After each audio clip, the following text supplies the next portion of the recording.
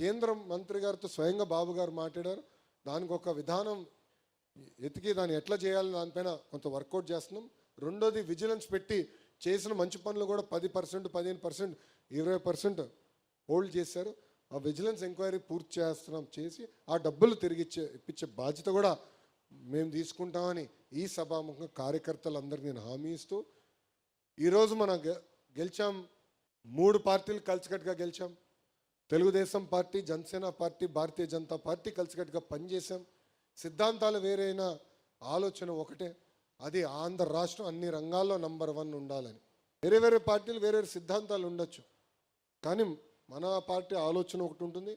ఆ దిశగా మనం కలిసికట్టుగా ముందరికి వెళ్తున్నాం. ఈరోజు ఆంధ్ర రాష్ట్రం డబుల్ ఇంజిన్ సర్కార్ ఉంది.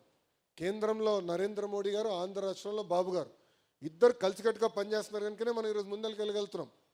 ఈరోజు ఎంత ఆర్థిక ఇబ్బందులు ఉన్న సంక్షేమ కార్యక్రమాలు మనం చేయగలుగుతున్నాం అంటే వాళ్ళ సహకారం ఉంది. విశాఖ స్టీల్ ప్లాంట్ మనం కాపాడుకున్నామంటే వాళ్ళ సహకారం ఉంది.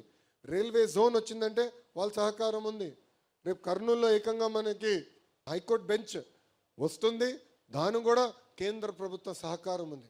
అంటే ఆంధ్రులు కోరిన అన్ని కోరికలు ఈరోజు పద్ధతి ప్రకారం నరేంద్ర మోడీ గారు తీర్చుకుంటూ వస్తున్నారు. అందుకే మన యోగా డేకి నేను వస్తానంటే ఒక పట్టుదలతో, ఒక కమిట్మెంట్తో, వాళ్ళు అడగపోయినా ఒక రికార్డ్ సాధించాలని 3 లక్షల మందితో ఒక రికార్డ్ సాధించి గౌరవ ప్రధానమంత్రి గారికి ఒక కానుకగా మనందరం అందజేశాం. ఎందుకంటే కేంద్ర ప్రభుత్వం మనకు అంత సహకరిస్తుంటే మనం కూడా పనిచేయాలి. ఇంకో పక్కన మన పవన్ అన్న కూడా మనం తీసిన అన్ని నిర్ణయాలకు ఆయన సహకరిస్తున్నారు. నిలబడండి, మీరు చేయండి, మేము ఉన్నాం మీతో అని పదే ఆయన కూడా చెప్తున్నారు. అందుకే 3 పార్టీలు కలిసికట్టుగా పనిచేద్దాం. చిన్న సమస్యలు ఉండొచ్చు, అది వేదిక మన పెద్దలు మేమందరం పరిష్కరిస్తాం, దాంట్లో ఎలాంటి డౌట్ లేదు. కానీ ఇక్కడ ఉన్న కార్యకర్తలు అందరూ కూడా చెప్తున్నా, no misfire, no cross fire, no విడాకులు. అర్థమైందా? కలిసికట్టుగా మనం అందరం పనిచేయాలి. చిన్న ఇష్యూలు వస్తాయండి. చిన్న కుటుంబం ఉన్నప్పుడే సమస్యలు ఉంటాయి. ఇంత పెద్ద కుటుంబం ఉన్నప్పుడు సమస్యలు వస్తాయి. కూర్చుని మాట్లాడుకుందాం. ఎవడు పెద్ద కంగారు పడాల్సిన అవసరంలా, ఎవడు రోడెక్కాల్సిన అవసరంలా. మనం అధికారంలో ఉన్నాం, ప్రశాంతంగా చేద్దాం. మన కూటమిని బలోపేతం చేద్దాం, మన పార్టీని మనం బలోపేతం చేసి ముందరికి వెళ్దామని ఈ సభాముఖంగా మీ అందరు తెలుపుకుంటూ, చివరిగా వార్డు అధ్యక్షులు, వార్డులో ఉన్న సమస్యలు మీరు పరిష్కరించాలి. ఒకవేళ మీ వల్ల అవ్వకపోతే కంపల్సరీగా మన పట్టణ పార్టీ అధ్యక్షుడు తీసుకురాలి. ఆయన కూడా చేయలేకపోతే కంపల్సరీగా కొల్లు రవి అన్న మీరు పట్టుకోవాలి, కూర్చోబెట్టి పరిష్కరించుకోవాలి. రవి అన్న కూడా చేయలేకపోతుంటే కంపల్సరీగా పార్లమెంట్ పార్టీ అధ్యక్షుడికి బాధ్యత ఉంది, ఆయన చేయాలి. ఆయన వల్ల కూడా అవ్వకపోతే జోనల్ కోఆర్డినేటర్ రంగంలోకి దిగుతాడు, ఎందుకు అవ్వలేదా అని అధికారులు వాయిస్తాడు.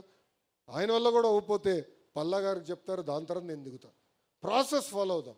ఎందుకంటున్నానంటే అందరూ లోకేష్ గారికే చెప్పాలి. అన్ని సమస్యలు లోకేష్ గారే పరిష్కరించాలంటే నేను మనిషినే స్వామి. బాగా కష్టపడుతున్నారు. రాష్ట్రాన్ని సెట్ చేయాలి, పార్టీని కూడా ముందరికి వెళ్ళాలి. గతంలాగా కాకుండా 2 జోడెద్దుల బండి, ప్రభుత్వం పార్టీ 2 జోడెద్దుల బండి సరిగా నడిపించాలని ఆర్ఎస్ఎలు కష్టపడుతున్నారు. అందుకే ఇక్కడున్న కార్యకర్తలు కూడా కోరేది ప్రాసెస్ ఫాలో అవుదాం. ఇన్ఛార్జ్ మంత్రి గారు కూడా ఉన్నారు, సుభాష్ ఉన్నాడు, యువకుడు, ఉత్సాహవంతుడు, మొదటిసారి ఎమ్మెల్యే అయ్యాడు, మొదటిసారి మంత్రి అయ్యాడు, జూనియర్ మోస్ట్, చాలా నేర్చుకుంటున్నాడు. నేర్చుకోవాల్సింది చాలా అవసరం కూడా ఉంది ఇంకా. కానీ చేయాలని తప్పన ఉంది. తక్కువ మాడుతాడు, అదే ప్రాబ్లం, మాడుతా. కానీ చేయాలని తప్పనుంది, కష్టపడాలని తప్పనుంది. ఆయన కూడా బాధ్యత తీసుకుంటాడు. నేను ఇప్పుడే చెప్తున్నా, ఎప్పుడు జిల్లాకు వచ్చినా కూడా కంపల్సరీ మంత్రి గారు 2 రోజులు ఉండాలి, మీటింగ్లు పెట్టుకోవాలి.